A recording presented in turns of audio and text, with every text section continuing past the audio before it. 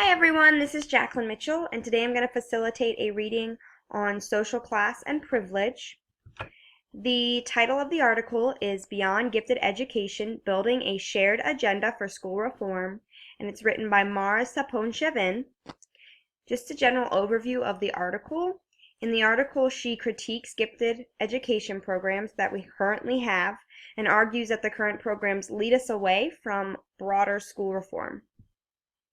She begins with an overview of her feelings and her beliefs about our current programs. She argues that gifted programs are implemented for students for whom educational failure would not be tolerated, and she explains that these are generally white children from parents of privilege. So her argument is basically that the gifted programs aren't meeting the needs of all students. Typically, it's just a small minority of students whose needs are being met. She also believes that gifted programs result in increased racial segregation and less opportunities for the majority of students in the classroom. She explains that typically white students are in gifted programs and students of color are in the mainstream. Another point that she makes is she argues against the removal of the gifted students from the classroom.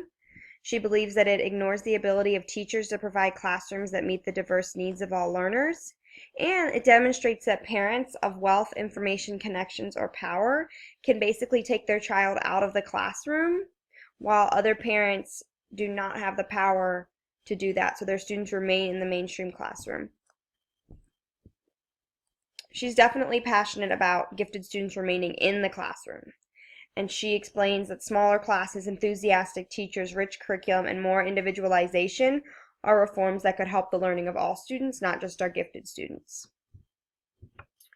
So Sapon-Chevin goes on to explain consequences for teachers, students, schools, and society. She starts with explaining the consequences of our current gifted education programs for teachers. She talked to a group of teachers, and she found that when she talked to them, they were glad to have the needs of their gifted students met outside the classroom, and they didn't have that responsibility of always trying to make sure those advanced students are growing because they had that extra support. But she also explained that teachers were upset that they had no say in the referral process for giftedness, and sometimes they disagreed with why one student was getting these gifted services and why another student that they believed was gifted was not getting these services, and that because it was based solely on test scores, they felt like they didn't have a voice in the matter. Teachers also said that sometimes they were told by administration or by someone in charge that they could not do anything fun or teach any new material to the rest of their class while the gifted students were pulled out of class, which kind of was an issue for them. They felt like they couldn't give those students that were left in class a good learning environment. And then Sapon-Chevin also says that she believes it becomes difficult for teachers to think about and plan for their class as a cohesive community. Because you have the kids being pulled out and all the segregation, it creates an environment that is not a community of learners. So then she goes on to explain consequences for students. And when she cites a study, and the study talked to different students and kind of their feelings about these advanced programs and the gifted programs, and she found that students were very aware of the differences between one another.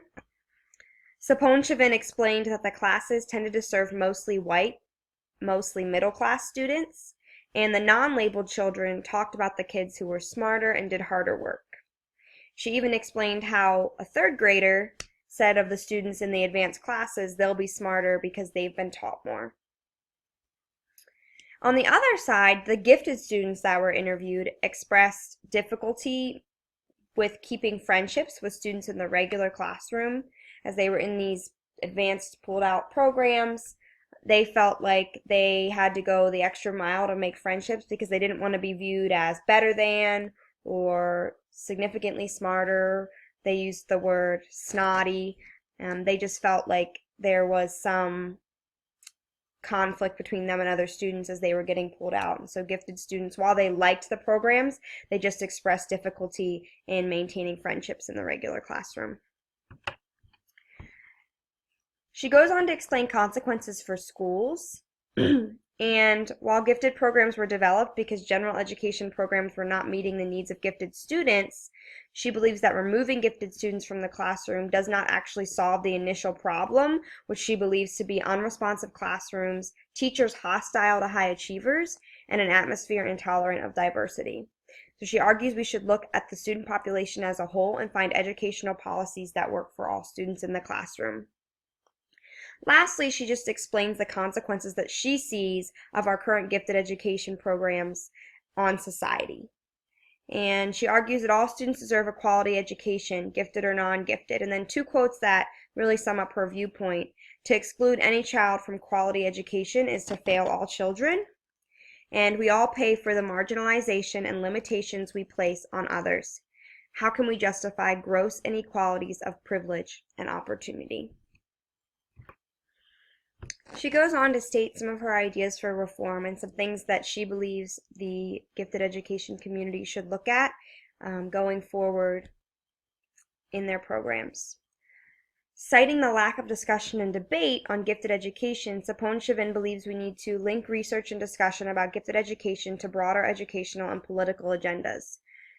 She made it very clear that she felt that gifted education had not been subjected to the same kind of debate and the same kind of discussion that other issues in education were subjected to. She believes there needs to be more conversation opened about gifted education, and we need to really open the conversation up and really talk more about gifted education. She also believes we shouldn't abandon the goal of heterogeneous classrooms just because it's difficult to achieve. We have to teach children to accept, respect, and interact with all types of students. She also believes we need to find ways to describe and define each student's unique educational requirements with the goal of benefiting all students, not just students that are gifted, disabled, or disturbed.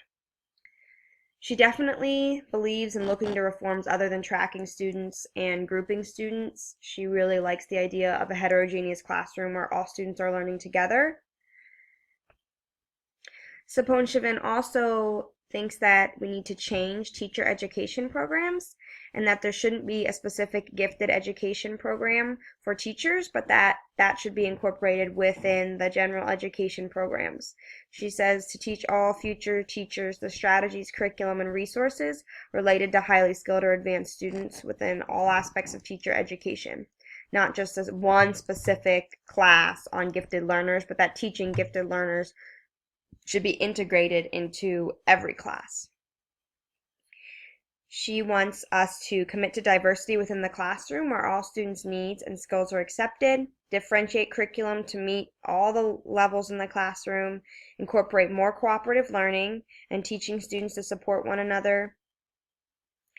And she would like to extend the idea that best practices used for gifted education and the things that work really well for those students could be effective for all students in the classroom. So that really sums up the summary of the reading. And here are some questions for discussion. Please answer question A and then answer either B or C, and please respond to one classmate's post.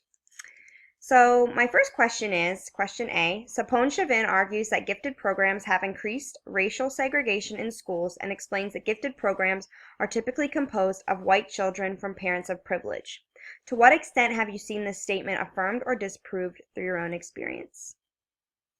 Question B, Sapone-Chavin argues for heterogeneous classrooms where all students learn together. In other words, she disagrees with programs where gifted students are pulled out of class or where students are tracked based on ability. Do you agree or disagree with her ideas, and explain why? And question C, what types of gifted programs have you seen implemented in schools, and what do you believe were positive or negative outcomes of those programs?